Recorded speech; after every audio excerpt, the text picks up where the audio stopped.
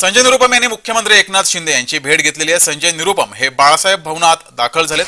त्यांनी मुख्यमंत्री एकनाथ शिंदे यांची भेट घेतली आहे। राजकीय घडामोडींना चांगलाच वेग आलाय। संजय निरुपम यांनी मुख्यमंत्री एकनाथ शिंदे यांची भेट घेतली आहे। अधिक माहिती घेऊया, आपले प्रतिनिधी डॅरिल मिरांडा आपल्या सोबत जोडलेत। डॅरिल, संजय निरुपम यांनी मुख्यमंत्री एकनाथ शिंदे यांची भेट घेतली आहे, भेटीमागचं नेमकं कारण काय? नक्की जगदीश, संजय निरुपम आज बाळासाहेब भवन येथे एक बैठकीसाठी उपस्थित आहेत। मुख्यमंत्री एकनाथ शिंदे या बैठकीसाठी देखील उपस्थित आहेत।